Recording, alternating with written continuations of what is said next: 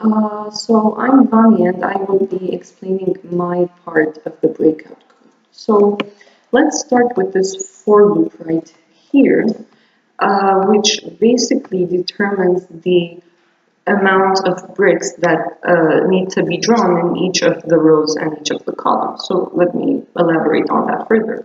Here we have this variable which is called bricks, which is basically an empty array which contains nothing. And what this loop does is updates the array by adding the amount of rows and columns that we need for our bricks. So it starts looping from the 0 index and it goes up until the point of the column count, which we here see that is equal to 4.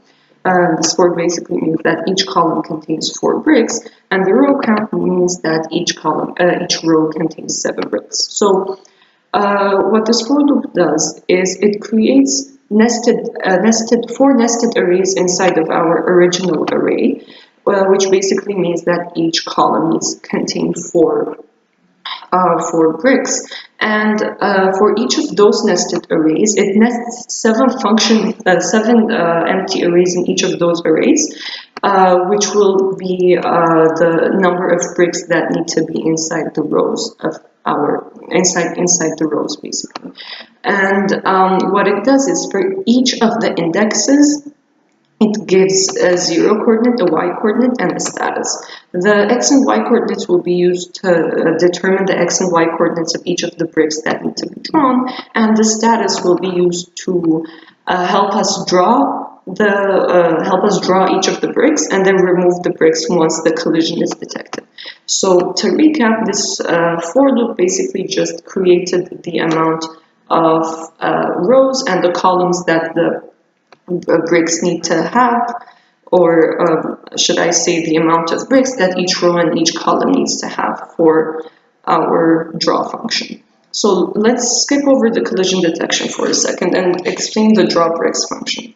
So in our draw bricks, we see that the first thing the draw bricks function does is it loops over the updated array that we created using the for loop earlier. And what it does is for each of the nested arrays, for each of the indexes of the nested arrays, it determines an x and y coordinate, and then it sets each of those x and y coordinates to the bricks and then draws the rectangles accordingly. So let me explain what these two lines mean. So basically, for each of the bricks, its x coordinate needs to be equal to this right here, which is j, so the index, times the bricks width plus its padding, and plus the amount of space that needs to be between each of the bricks. So during the first loop, when our j is equal to 0, we only want our x coordinate to be to the right of the 0 coordinate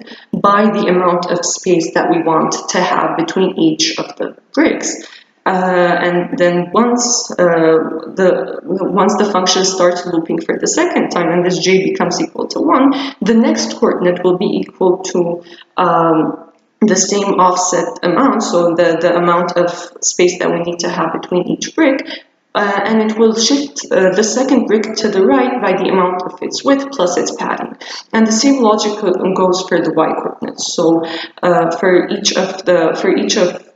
each time it loops, it creates the bricks it determines the y coordinates of the bricks by determining how much space needs to be between each brick, and then the padding and the height of each of those bricks. And then for each of the indexes, it sets its x coordinate to this, to brick x, and it sets the y coordinate to brick y. And later on, we call our fill style with the random function that we created in the beginning, which basically chooses random colors for the bricks from our array of colors that we have determined earlier on, and it just fills the rectangles with its x and y positions and the width and the height, which were also determined previously. One important thing, all of this is done if the status of the brick is 1, and let me explain why. When we go into the collision detection function, So once again, this collision detection function loops over each of the positions in both of the array and the nested arrays inside those arrays. And this is just for ease of use. For each of the index, if its status is 1, so if that brick is drawn, right? Here we drew the brick only if its status is 1. So if the brick is drawn, then we use this conditional statement to detect the collision. So we say if the ball's x coordinate is greater than the brick's x-coordinate and the ball's x-coordinate is less than the brick's x-coordinate plus its width. So if it's within the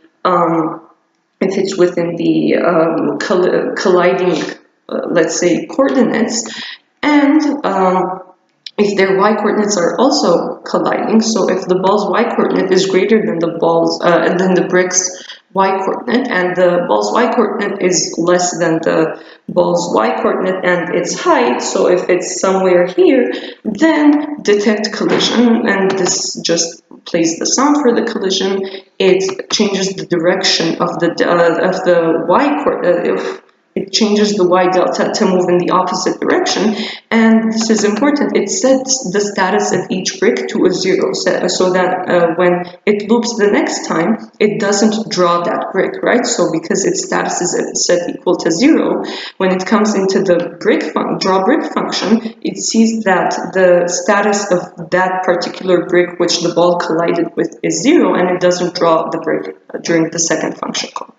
And obviously we add the score because the ball hit the brick, which is how the game works. And then we have two more simple functions right here. The first one is the draw score, which basically each time the score is added, it updates it using the font and the style and the positions which we determine it in. And this fill text basically takes the text that the text needs to have, and its x and y coordinates, and the draw lives is the same. So because the player of our game has a limited amount of lives, which is a variable determined earlier in our code, it just draws the amount of lives that our player has left in order to finish or win or lose the game. That's it for my part of the functions. Thank you for watching.